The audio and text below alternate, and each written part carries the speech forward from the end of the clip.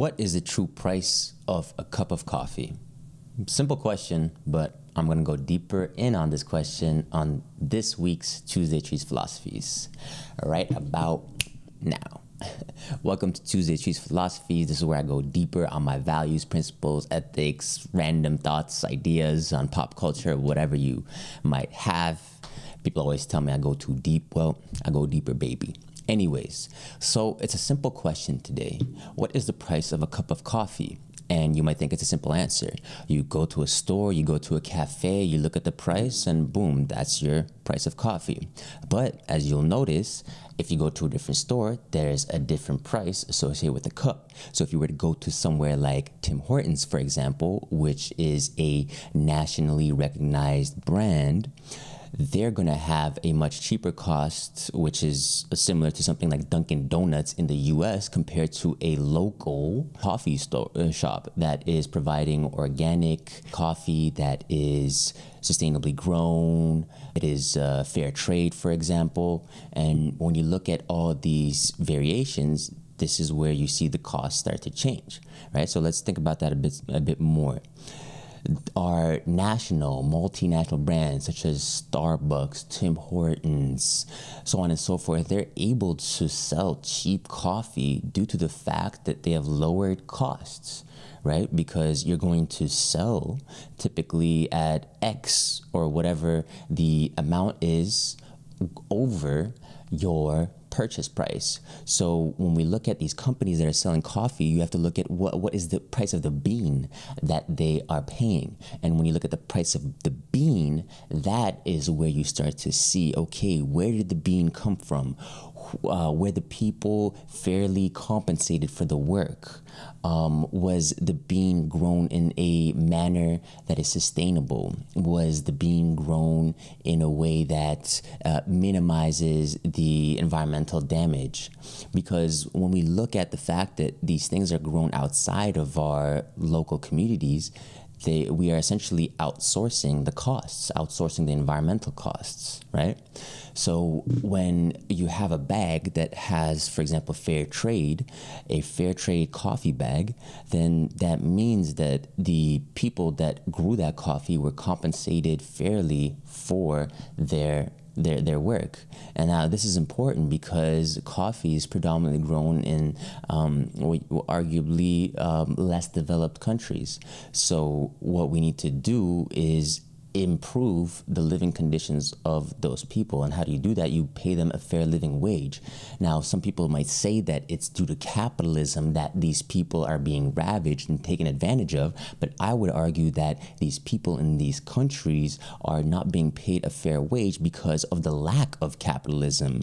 So the lack of capitalism is not allowing the people in order to fairly negotiate the value of their labor. So in turn, because the commodities, the businesses are in the hands of a select few, they're able to dictate and force people into paying a smaller living wage than it would be necessary in order for the people to sustain themselves. But when you're buying fair trade, the idea is, anyways, I'm not sure if it's always executed, but the idea is that you are paying a fair wage to those people such that they can actually sustain themselves and they are not being taken advantage of by these oligarchs and tyrants that are dictators, essentially, in these countries.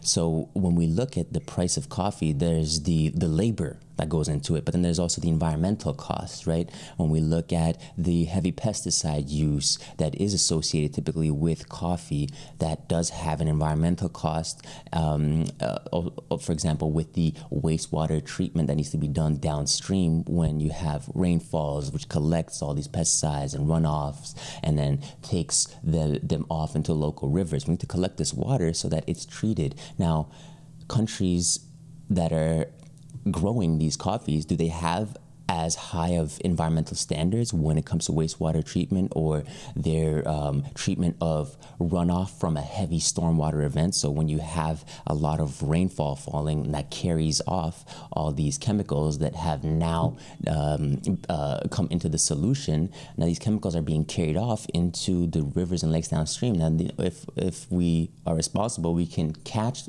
and entrap these chemically intense waters that result from the rainfall and make sure that we treat them before they enter the rivers and lakes. But is that always done? I don't know. It's hard. It's not always done even in Canada, let alone other parts of the world. So when you think about these things, there are costs that we are outsourcing. So when we are paying for these cheaper cups of coffee, we have to understand that we are offsetting the costs that would be necessary for people to live a sustainable life where they are able to sustain themselves with their work, where they're also allowing sufficient reforestation in the areas and not overly burdening the land with monoculture and growing just purely coffee beans. So, and not only that, but what about the organic nature of making sure that this is a healthy product that we're putting into our bodies? And that's a whole nother discussion for another day. But again, I just want to go back to my initial question, which was, what is the true price of a cup of coffee? And it varies. It varies, right? You go to your multinational brands, your Starbucks, your Tim Hortons, your Dunkin' Donuts, it's going to be cheaper. You go to your local coffee shops, it's going to be maybe a bit more.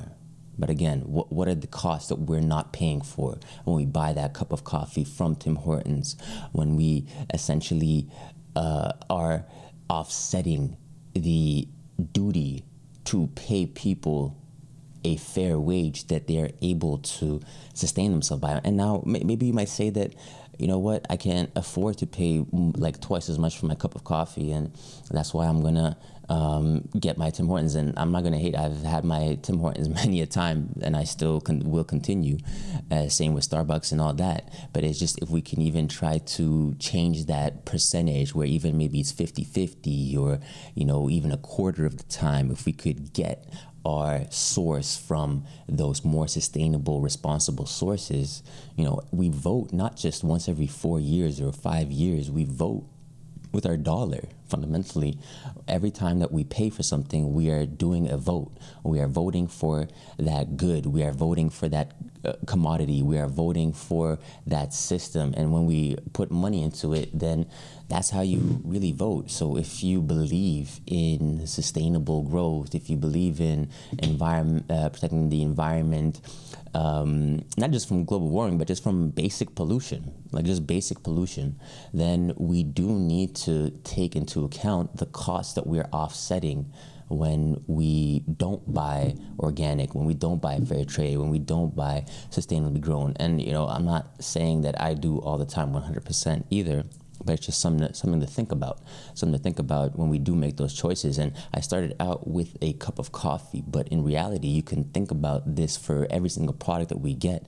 What is the cost that we are offsetting when we get this cheaper product? And we might be entitled to that cheaper product if that's all you care about. You know, get your cheap products. That's great too.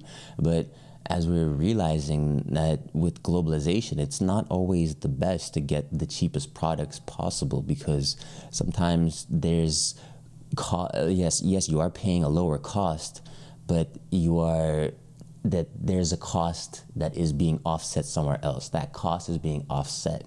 You just don't see that cost. That's the thing. That's the issue, is that we're paying less, yes, directly, but the cost is much greater to the societies and our structures at large, where people are not able to sustain themselves with a fair living wage because they live in countries that don't allow them to negotiate fair labor, because they live in dictatorship, tyrants. They don't have democracy and capitalism like we do, free markets. That's what we need. Let the markets decide. The people are the deciding factor, and we vote every day with the dollar. That's what we forget, is that the dollar dollar is the ultimate vote. So if you support these things, support them every day with your dollar, not just for talking to your politicians or whatever.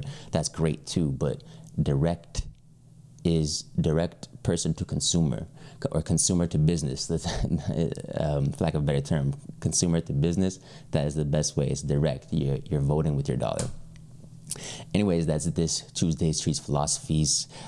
Just as a summary, what is the price of a cup of coffee? And it's really offset. When we get our cheap coffee, we are offsetting that price because we're not paying the price of the fair labor that's needed or the environmental costs that are needed to pay for the true price or the true value of that cup of coffee. Now, you might be entitled to get your cheap cup of coffee, and that's great, but again, we vote every day with our dollar. So on that note, let me know what you think of this concept. It's really simple, but I hope I was able to explain it in a interesting fashion. And if something doesn't make sense, please let me know in the comments. I know sometimes some ideas aren't the most clear, but let me know and we can get a discussion going. That's the most important part.